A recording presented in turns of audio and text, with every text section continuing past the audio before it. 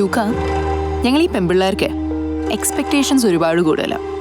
അത് ഈ പ്രേമത്തിൻ്റെയും റിലേഷൻഷിപ്പിൻ്റെയൊക്കെ കാര്യത്തിൽ ഭയങ്കര ഓവർ. നിന്റെ പ്രപ്പോസൽ ആക്ച്വലി അത്ര പോരായിരുന്നു. കുറച്ചുകൂടിയൊക്കെ ഒരു എക്സൈറ്റ്മെൻറ്റും ഒരു ഡ്രാമയും ഒക്കെ ആവായിരുന്നു. പിന്നെ കുറേ അധികം റൊമാൻറ്റിക്കും ആവായിരുന്നു.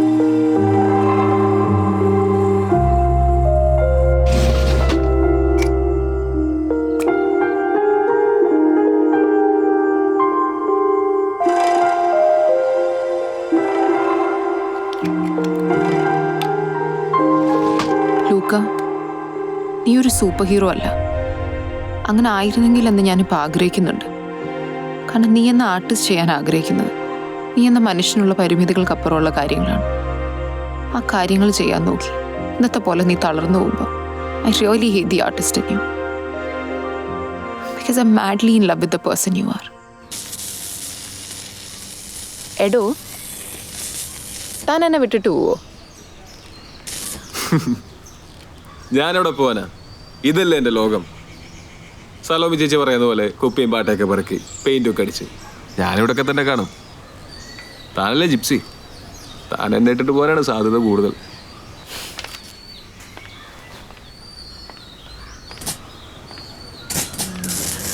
പക്ഷേ ഞാനെങ്ങനെ പോവും? പോയ തന്നെ എവിടം വരെ പോവും? തനിക്ക് പോകാൻ ഇഷ്ടം പോലെ സ്ഥലങ്ങളില്ലേ. ബാംഗ്ലൂർ അമ്മയുടെ അടുത്തേക്ക് പോവാം, അല്ലെങ്കിൽ കൽക്കത്തയിൽ അച്ഛൻ്റെ വീട്ടുകാരില്ലേ, അവിടെ പോവാം. ഒന്നുമില്ലെങ്കിൽ റിസർച്ചൊക്കെ തീർത്ത് വിദേശത്ത് വല്ലതും പോയി സെറ്റിലാവാം. തനിക്ക് എവിടെ വേണമെങ്കിലും പോവാം, പറന്ന് കിടക്കാം. പക്ഷെ ഇതിൽ എവിടെ പോയാലും ഇവിടെ കിട്ടുന്നൊരു സേഫ്റ്റി ഉണ്ടല്ലോ, അത് കിട്ടുമോ? എല്ലാം ഭയങ്കര പെട്ടെന്നായി പോയെന്ന് തോന്നുന്നുണ്ടോ തനിക്ക്? അയ്യേ, ആരുടെടുത്തെങ്കിലുമൊക്കെ ഇഷ്ടം തോന്നുന്ന ഇങ്ങനെ ആലോചിച്ച് പ്ലാനൊക്കെ ചെയ്യേണ്ട കാര്യമാണോ? അതൊക്കെ ഇതേപോലെ ഇങ്ങനെ നൈസായിട്ട് സംഭവിക്കണം. പിന്നെ നിൻ്റെ ഒരു ഇളക്കമൊക്കെ കണ്ടപ്പോൾ കാര്യങ്ങളുടെ പോക്ക് എങ്ങോട്ടാണെന്ന് എനിക്കൊരു ഊഹം ഉണ്ടായിരുന്നു. ആൻഡ് സി, എൻ്റെ ഇൻറ്റ്യൂഷൻ സെറ്റാറില്ല. അതുകൊണ്ട് എങ്ങാനും നീ പെട്ടെന്ന് പോലും ചാടിക്കയറി പ്രപ്പോസ് ചെയ്താൽ ഒരു യെസ് പറയാൻ ഞാൻ റെഡിയായിരുന്നു. ആണോ? ആ ശരിക്കും? ഒരു മിനിറ്റ്. എന്താ, എവിടെ പോവാ?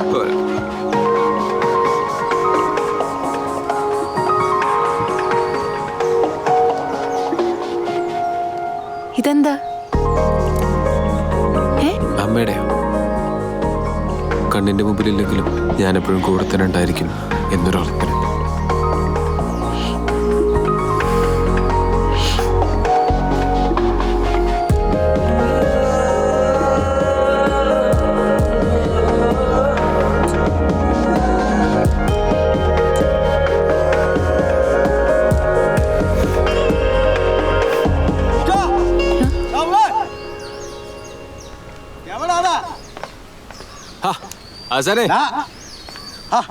മോളെ, ഒരു ചൂട് കട്ടാപ്പി തരൂ.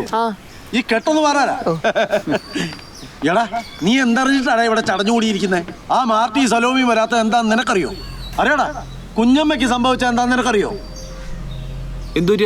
ആ എടാ, നിന്റെ ചുറ്റും നടക്കുന്ന എന്താന്ന് അറിയണമെങ്കിൽ ഇനി വേറെ ആരെങ്കിലും വന്ന് പറയണോ? ഇങ്ങോട്ടാ നിന്റെ ഇങ്ങോട്ടാ. എല്ലായിടത്തും എന്റെ കണ്ണെത്തണോന്ന് വെച്ചാൽ ഇന്നലെ കമ്പനിക്കാർ വന്നിട്ടുണ്ടായിരുന്നു. എല്ലാവരോടും ഇറങ്ങണമെന്ന് പറഞ്ഞു.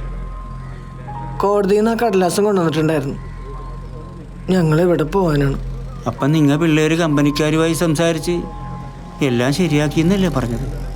എല്ലാം ഓക്കെ ആയിരുന്നു, പക്ഷെ എന്താ സംഭവിച്ചെന്നറിയില്ല. ആ കുഞ്ഞമ്മ ഇങ്ങനെ ചെയ്യുമെന്ന് വിചാരിച്ചില്ല. 2 പ്രാവശ്യം അറ്റാക്ക് വന്നതാണ്. 10-30 കൊല്ലമായി കെട്ടിയനെ കാത്തിരിക്കണത്. ഈ കോളനിയിലെ വീടല്ലാതെ അവർക്കൊന്നുമില്ല.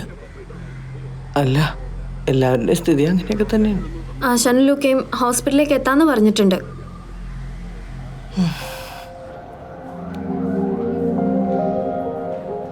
എൻ്റെ അധികാരമുണ്ടാക്കിയ വീടാ. അങ്ങനെ വരുമ്പോ ഞാനിവിടെ വേണ്ടേ? ഞാനങ്ങ് പോവില്ല. കോർട്ട് ഓർഡർ പ്രകാരം നാളെ കോളനി ഒഴിപ്പിക്കും. അവിടെ നിന്ന് എല്ലാവരും പോകാനായിട്ട് തയ്യാറായതാണ്. അപ്പോഴാണ് കുഞ്ഞമ്മ എടുത്ത് കിണറ്റി ചാടിയത്.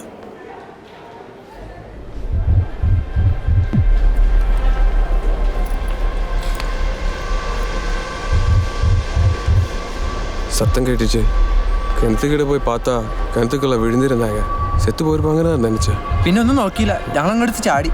ഭാഗ്യത്തിന് മുടി കൈ കിട്ടി, പൊക്കി അങ്ങ് കയറ്റി.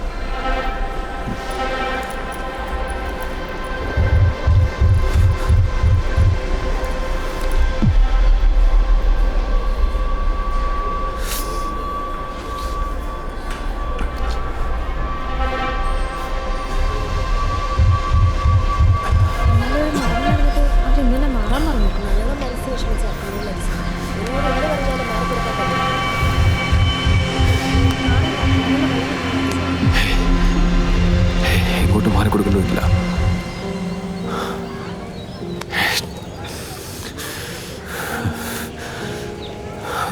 ലൂക്ക ഒന്നെങ്കിൽ വന്ന് എനിക്കൊരു കാര്യം പറയാനുണ്ട്.